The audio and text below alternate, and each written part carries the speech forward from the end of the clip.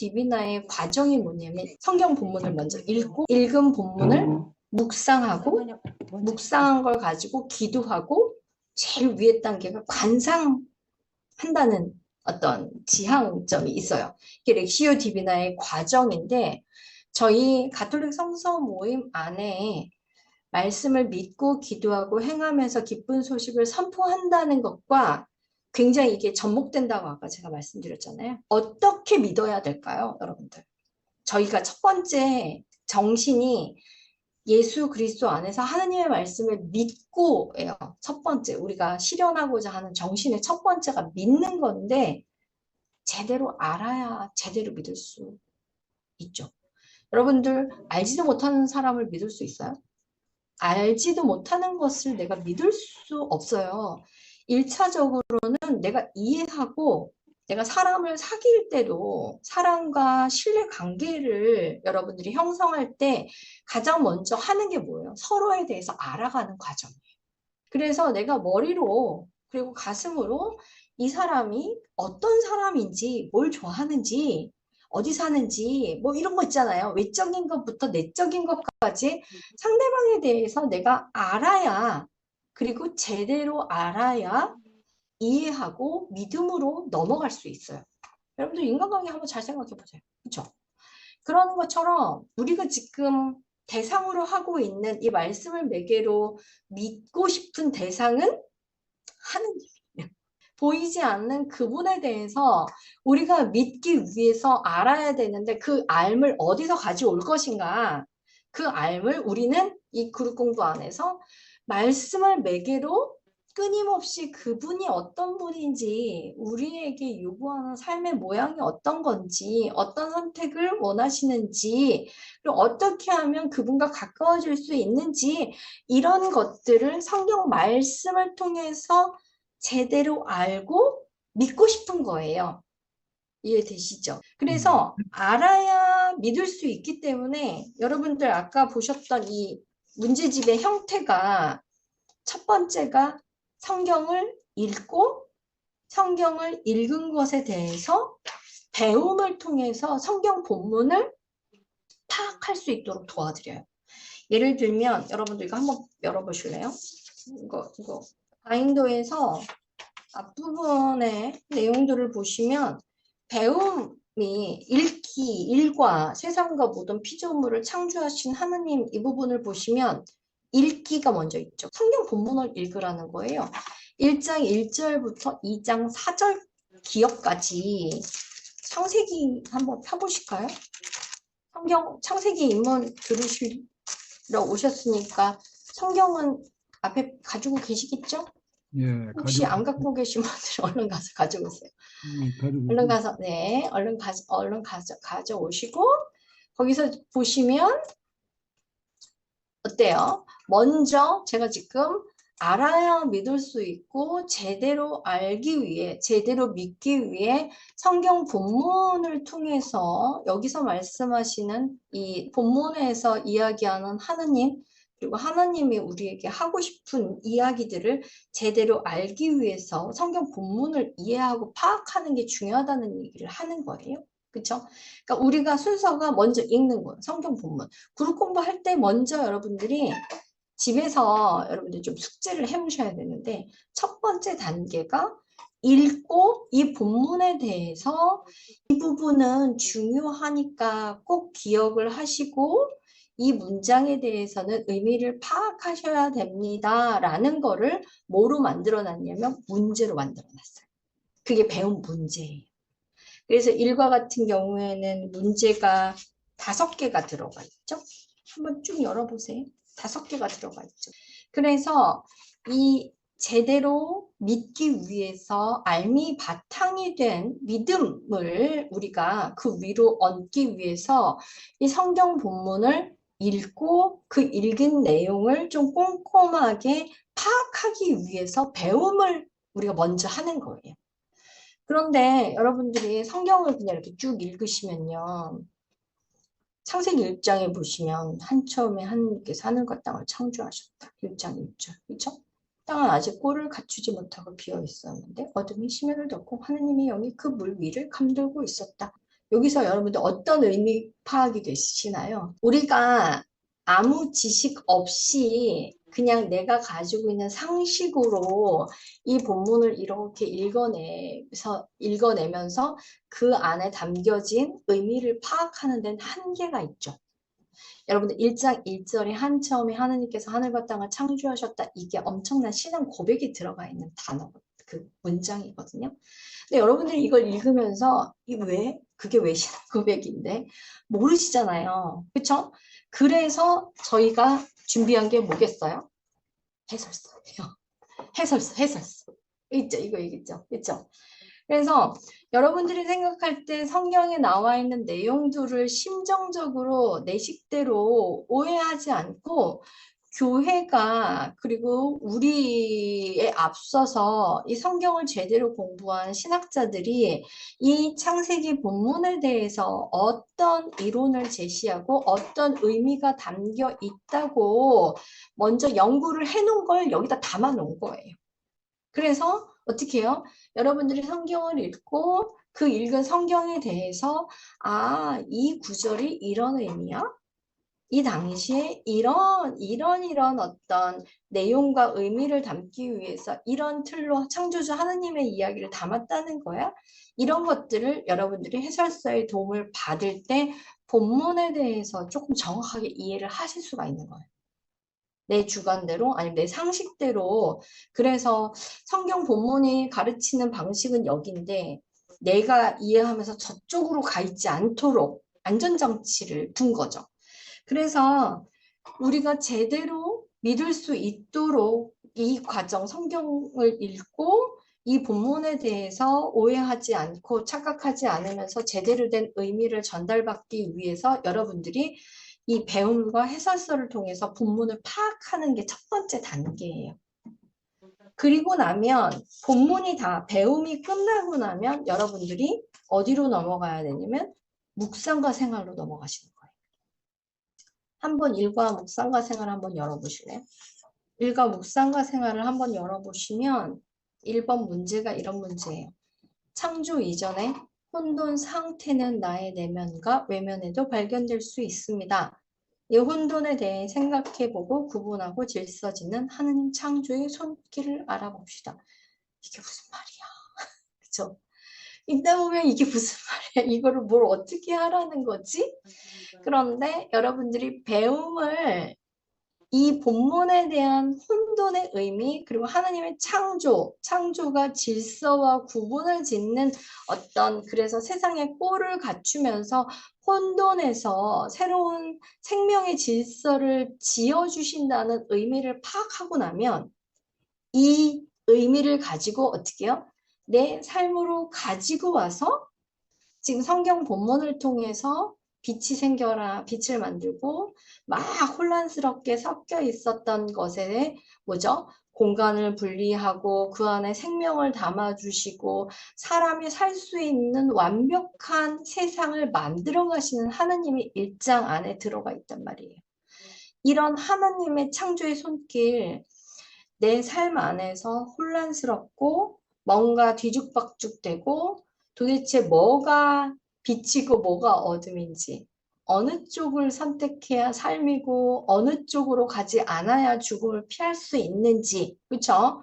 나를 진짜 살아있게 하는 방향, 조화와 질서 있는 삶의 방향이 과연 어느 쪽인지 살면서 헷갈렸던 경험들은 다 있으실 것 같은데 하나님이 나라는 사람에게 진짜 생명력이 넘치는 그리고 하느님의 조화와 영적인 생명이 넘치는 삶으로 나를 끊임없이 재창조해 주시는데 그 재창조하시는 하느님의 손길을 성경을 내가 알았잖아요. 하느님이 창조주 하느님이 어떤 방향으로 일을 하신다는 걸 알았기 때문에 그 하느님을 내 삶 안에 가져와서 그렇게 내 삶을 정리시켜 주시고 질서 지워 주시고 뭔가 혼란스러웠던 상황을 조화와 생명으로 빛으로 나아가게 해주셨던 경험을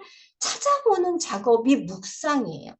그러니까 성령 본문에서 내가 알았던 하느님이 내 삶 안에 언제 어떻게 그렇게 해주셨는지를 찾아가는 작업이에요.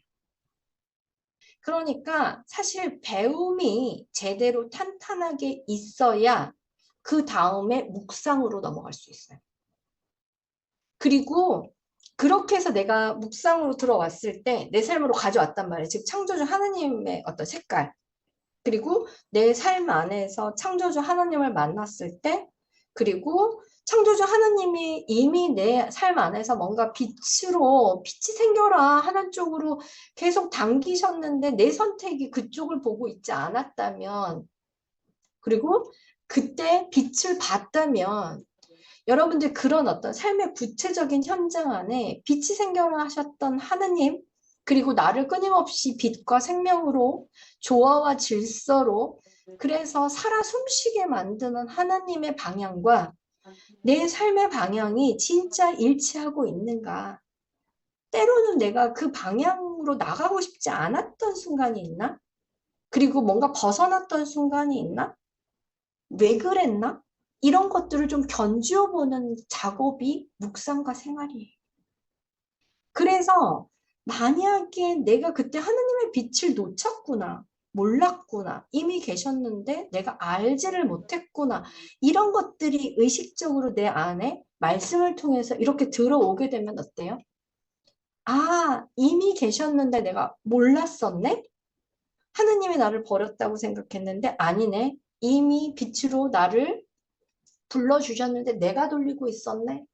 이런 것들을 여러분들이 인식하게 되면, 알아듣게 되면 그 다음에 어떤 일이 생기겠어요?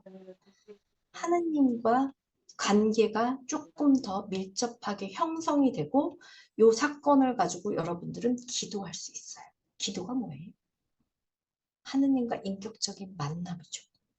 그러니까 내 삶 따로 하느님은 저기 어디 계신 분이 아니라 이런 말씀을 통해서 내 삶에 관여하고 연관짓고, 그리고 어떤 식으로든 당신께로 나를 이끌어가고 싶은 하나님을 내가 느끼고 그분과 대화하고 그분에게 뭔가 요청도 하고 투정도 부리고 그리고 덤비기도 하고 때로는 이런 과정을 통해서 어때요?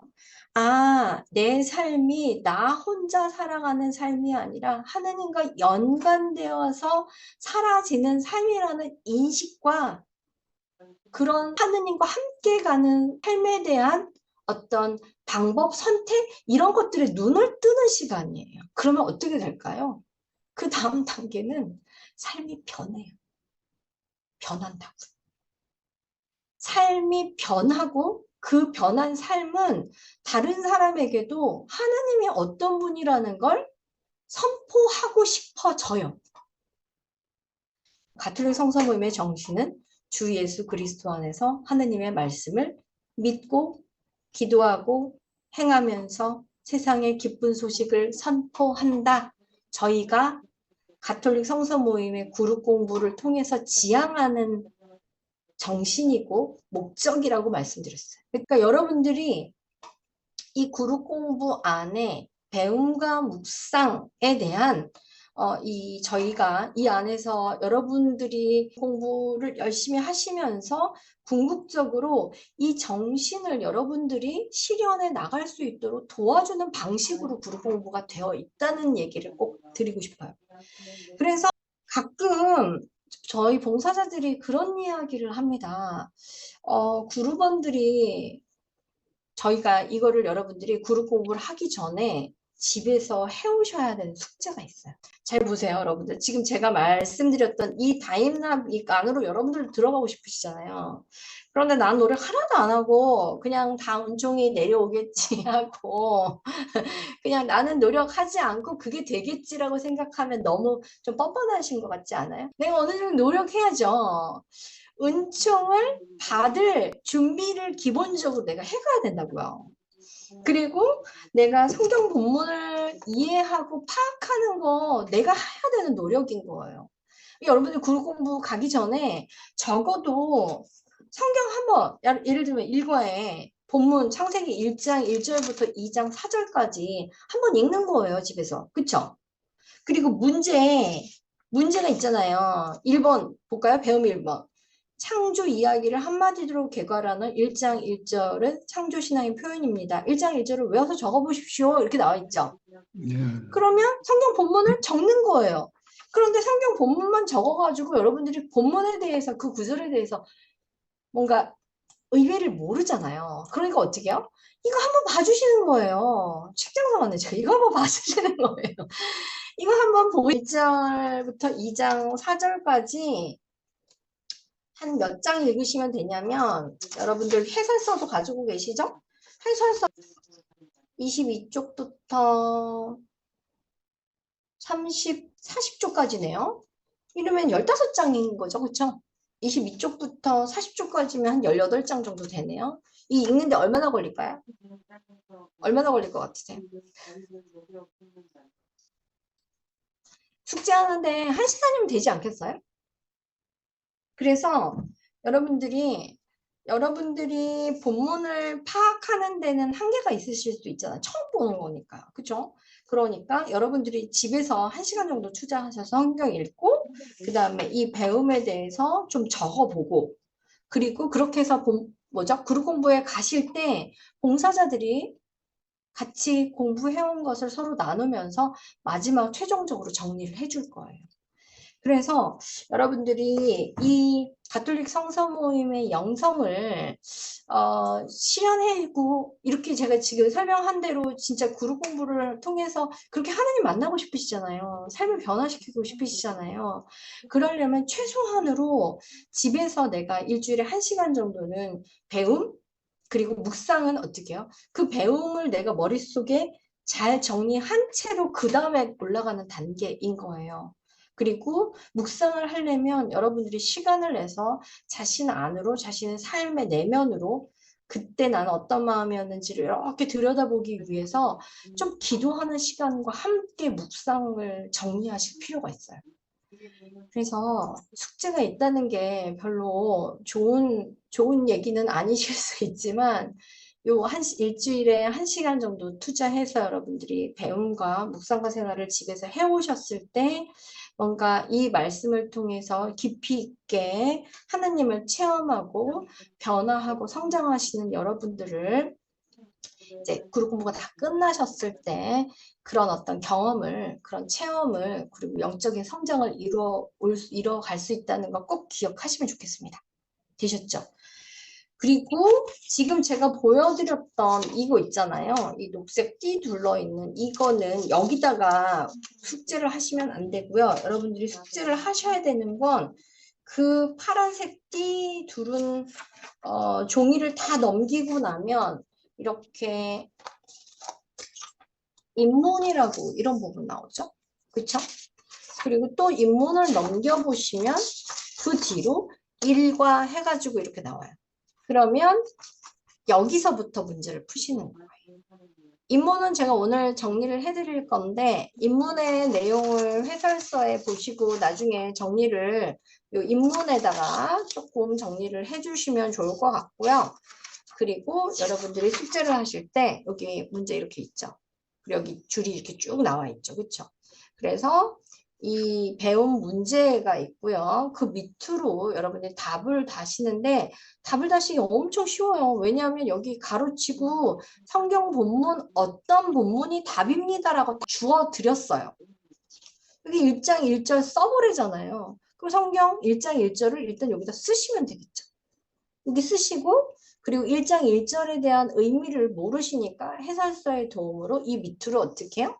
한처음이 무슨 뜻이지? 한처음이 이 세상의 시작을 의미하는 어떤 단어로 세상의 시작점이 하나님으로부터 시작됐다는 얘기를 하고 싶은 의미로 써져 있구나.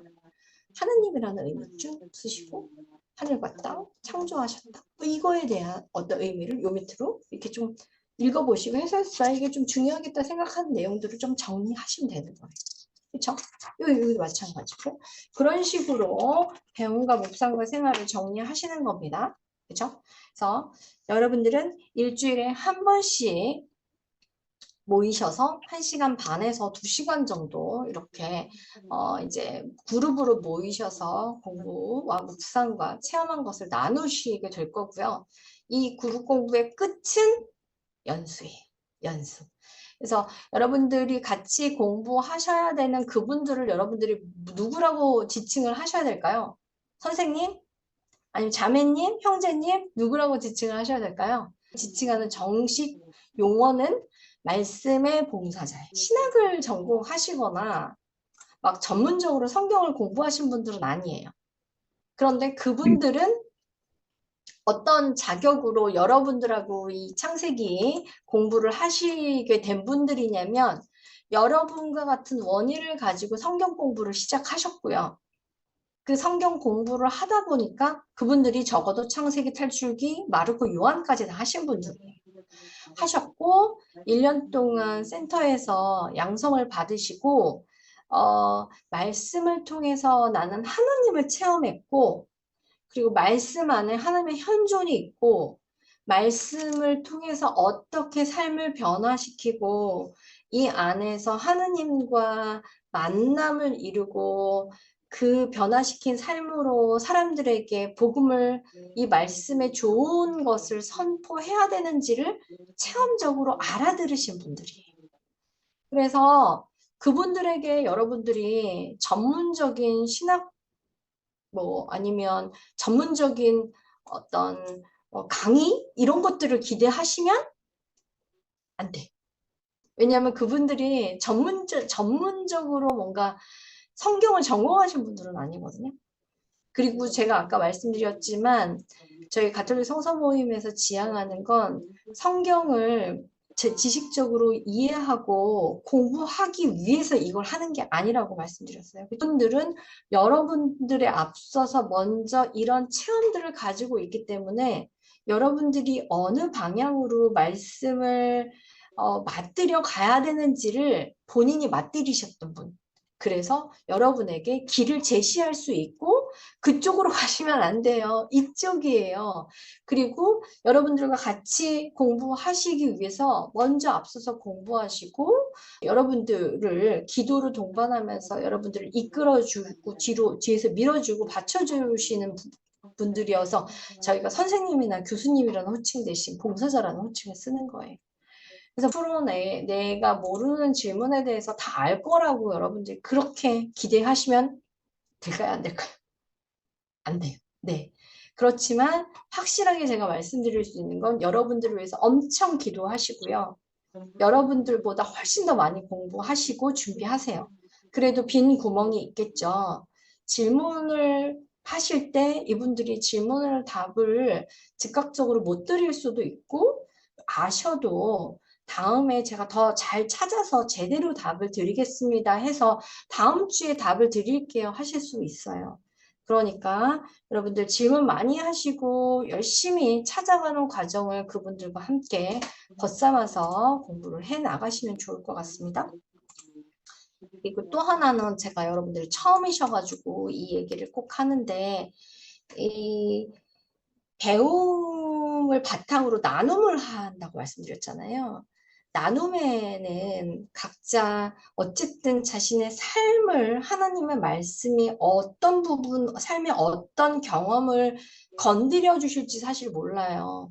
그러니까 사실 나눔은 개인적인 이야기들이 같이 나올 수밖에 없어요. 개인적인 나의 체험, 그리고 그 안에서 내가 힘들고 굉장히 고통스러웠던 나의 어떤 경험이나 체험들이 같이 섞여 나올 수 있단 말이에요. 그런데 이 나눔을 들으면서 여러분들이 저 자매님 저런 일을 겪었냐? 나와가지고 막 이렇게 얘기를 해가지고 우리 그룹원이 아닌 누군가가 와가지고 어머 자매님 옛날에 그런 일이 있었다면서 나 몰랐네 이렇게 해서 듣게 되면 어떨까요? 다시는 그 그룹에서 자기의 속내를 말하고 싶은 마음이 없어지겠죠. 그룹 공부 중에 나눔은 절대로 다른 곳에서 발설하시면 안 되고요. 판단 없이 수용하셔야 되고 그리고 한 사람이 너무 지나치게 나눔을 20분, 30분씩 한 사람이 막 얘기를 하는 거 이런 것도 별로 바람직하지 않습니다. 그래서 여러분들이 이제 시작하는 어떤 시작이니까 이 부분에 대해서는 조금 머리에 좀 잘 기억해 놓으시고 그룹 공부를 하시면 좋을 것 같습니다. 어떻게 괜찮으실까요? 그룹 공부에 대해서 조금 이해가 되셨어요? 저희가 지금 이 배움과 묵상을 통해서 뭘 해야 하는지 여러분들 제가 묵상할 때 그런 말씀 많이 드려요. 이 묵상이 말씀을 바탕으로 내 삶에 다가오는 말씀은요. 굉장히 깊이가 있을 수 있어요.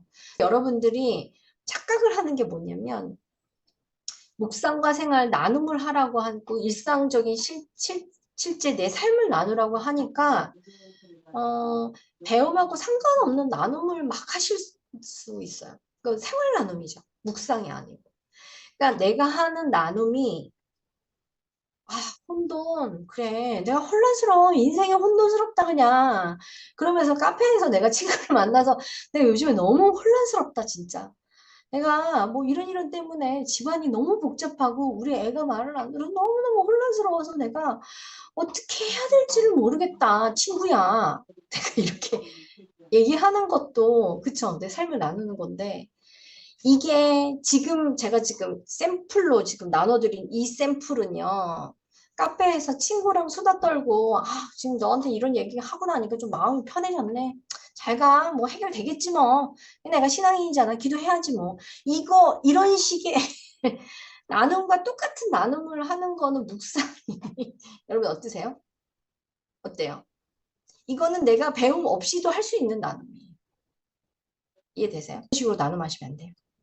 그리고 또 하나 나눔을 하느님은 영이시다. 창조주 하느님은 영이고 바람이고 내 혼돈을 잠재우시는 분. 나는 그런 하느님에 대해서 신앙을 굳게 해야겠다. 뭐 이런 식으로 나눔하시는 것도 안 돼요. 이건 뭐예요? 그냥 머릿속으로 내가 생각하는 되게 추상적이고 막연하잖아요. 그죠? 묵상과 생활하실 때는 여러분들이 제가 아까도 말씀드렸지만 말씀을 바탕으로 내 삶으로 가져오려고 계속 애를 쓰면서 노력을 하셔야 된다는 거 기억하시고 묵상의 선배는 여러분들 봉사자님이십니다. 봉사자님들께 배우시면 되겠습니다. 되셨죠? 네. 네.